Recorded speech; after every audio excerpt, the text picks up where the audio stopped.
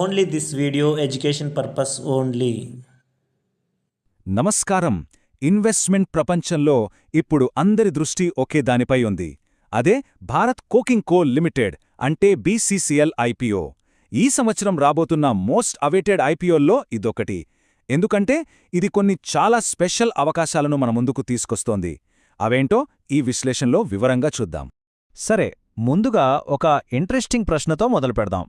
మామూలుగా ఒక ఐపీఓకి ఒక పాన్ కార్డ్ మీద ఒక అప్లికేషనే పెట్టగలం కదా. మరి ఒకే ఐపీఓకి రెండు అప్లికేషన్లు పెట్టొచ్చా అంటే పెట్టొచ్చు, కానీ దానికి ఒక స్పెషల్ రూట్ ఉంది. ఆ రూటే ఈ ఐపీఓని ఇంత స్పెషల్గా మార్చేస్తుంది. ఈ ఐపీఓలో ఉన్న అసలైన మ్యాజిక్ ఇదేనండి, షేర్ హోల్డర్ కోటా. ఇది ఇన్వెస్టర్లకు ఎలాంటి అద్భుతమైన బెనిఫిట్స్ ఇస్తుందో ఇప్పుడు తెలుసుకుందాం. అసలు ఏంటి షేర్ హోల్డర్ కోటా అంటే? చాలా సింపుల్. దీని పేరెంట్ కంపెనీ కోల్ ఇండియా కదా. ఆ కోల్ ఇండియాలో ఎవరికైతే షేర్లున్నాయో వాళ్లకోసం ప్రత్యేకంగా కొన్ని షేర్లను పక్కన పెడతారన్నమాట. కట్ ఆఫ్ డేట్ అంటే January 1, 2026 నాటికి ఎవరి డిమాట్ అకౌంట్లో కోల్ ఇండియా షేర్లుంటాయో వాళ్ళందరూ ఈ స్పెషల్ కోటాలో అప్లై చేసుకోవచ్చు. సో దీనివల్ల వచ్చే అతిపెద్ద అడ్వాంటేజ్ ఏంటంటే అర్హులైన వాళ్లు ఒకే పాన్ కార్డుతో 2 సార్లు అప్లై చేయొచ్చు. ఒకటి మామూలుగా మనం పెట్టే రీటైల్ లేదా హెచ్ఎన్ఐ అప్లికేషన్. ఇక రెండోది ఈ షేర్ హోల్డర్ కోటా కింద ఇంకో అప్లికేషన్. ఇది మామూలుగా ఏ ఐపీఓలోనో అస్సలు సాధ్యం కాదు. అయితే ఈ కోటాకు కొన్ని రూల్స్ ఉన్నాయి. ఫస్ట్, ఇది కేవలం కోల్ ఇండియా షేర్లున్నవాళ్లకే. రెండోది, ఇది మీ నార్మల్ అప్లికేషన్కి ఆదనం మాత్రమే, దానికి బదులు కాదు. ఇక ఈ కోటాలో మ్యాక్సిమం 14 లాట్లు అంటే సుమారుగా 2 లక్షల రూపాయల లోపు మాత్రమే అప్లై చేయగలం. సరే, ఈ ఐపీఓ వెనుక ఉన్న కంపెనీ గురించి తెలుసుకుందాం. అసలు ఈ భారత్ కోకింగ్ కోల్ లిమిటెడ్ ఎవరు? వాళ్ల బిజినెస్ ఏంటి? బీసీసీఎల్ 1972లో మొదలైంది. ఇది మనందరికీ తెలిసిన కోల్ ఇండియాకి చెందిన 100% సబ్సిడరీ అన్నమాట. వీళ్లు ముఖ్యంగా కోకింగ్, నాన్ కోకింగ్ బొగ్గుని తీసి అమ్ముతారు. సెప్టెంబర్ 2020 నాటికి ఈ కంపెనీ ఏకంగా 34 గనులను నడుపుతోంది. అంటే వాళ్ళ ఆపరేషన్స్ ఎంత పెద్దవో అర్థం చేసుకోవచ్చు. ఇప్పుడు అసలు విషయంలోకి వద్దాం. ఈ ఐపీఓలో ఇన్వెస్ట్ చేయాలనుకునేవాళ్లు ఖచ్చితంగా గుర్తుపెట్టుకోవాల్సిన ముఖ్యమైన తేదీలు, నంబర్స్ ఇవిగో. ఈ డేట్స్ మీ క్యాలెండర్లో నోట్ చేసుకోండి. ఐపీఓ January 9న ఓపెన్ అయ్యి January 13న క్లోజ్ అవుతుంది. అలాట్మెంట్ 4వ తేదీన ఫైనల్ అవుతుంది. ఇక స్టాక్ మార్కెట్లో లిస్టింగ్ బహుశా January 16న ఉండొచ్చు. ఇక్కడ కొన్ని కీ ఫైనాన్షియల్స్ చూద్దాం. ప్రైస్ బ్యాండ్ వచ్చేసి ఒక్కో షేర్కి 21 నుంచి 23 రూపాయల మధ్య ఉంది. ఇష్యూ సైజ్ మొత్తం 1071 కోట్ల రూపాయలు. ఇది పూర్తిగా ఆఫర్ ఫర్ సేల్ అంటే ఓఎఫ్ఎస్. సింపుల్గా చెప్పాలంటే కంపెనీ కొత్తగా డబ్బులు తీసుకోవట్లేదు, ప్రమోటర్లే తమ వాటాను అమ్ముతున్నారు. లిస్టింగ్ అయ్యాక కంపెనీ మార్కెట్ క్యాప్ 10,000 కోట్లు దాటుతుందని అంచనా. షేర్ల అలాట్మెంట్ చూస్తే 50% పెద్ద పెద్ద ఫండ్ హౌస్లకు, 15% హెచ్ఎన్ఐలకు కేటాయించారు. ఇక మనలాంటి రీటైల్ ఇన్వెస్టర్ల కోసం 35% వాటా ఉంది. ఇది చాలా మంచి విషయం. ఏ కంపెనీలోనైనా డబ్బులు పెట్టే ముందు దాని ఫైనాన్షియల్ హెల్త్ ఎలా ఉందో చూడటం చాలా ముఖ్యం కదా.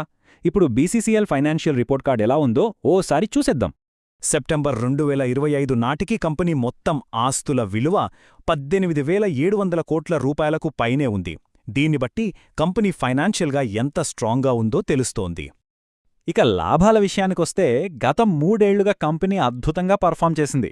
ముఖ్యంగా 2024లో అయితే 1,555 కోట్ల లాభం సంపాదించింది. 2025లో కూడా 1,200 కోట్ల ప్రాఫిట్ ఉంది. అంటే కంపెనీ కన్సిస్టెంట్గా లాభాలు సంపాదిస్తోందని క్లియర్గా తెలుస్తోంది. ఈ కీ రేషియోస్ కంపెనీ ఎఫిషియన్సీని సూచిస్తాయి. 30% ఆర్ఓసీ అంటే పెట్టిన పెట్టుబడి మీద రాబడి చాలా బాగుంది. 20% ఆర్ఓఎన్డబ్ల్యూ అంటే షేర్ హోల్డర్ల ఫండ్స్ మీద రాబడి కూడా చాలా ఆకర్షణీయంగా ఉంది. 8.61% ప్యాట్ మార్జిన్ ఈ ఇండస్ట్రీకి మంచి నంబరే. ఇక 1.63 price to book value, share ధర మరి ఓవర్ ప్రైస్డ్ కాదని వాల్యుయేషన్ రీజనబుల్గా ఉందని చూపిస్తోంది. ఫైనల్గా ఈ ఐపీఓ వాల్యుయేషన్ ఎలా ఉంది, దీని చుట్టూ మార్కెట్ సెంటిమెంట్ ఎలా ఉందో అనలైజ్ చేద్దాం.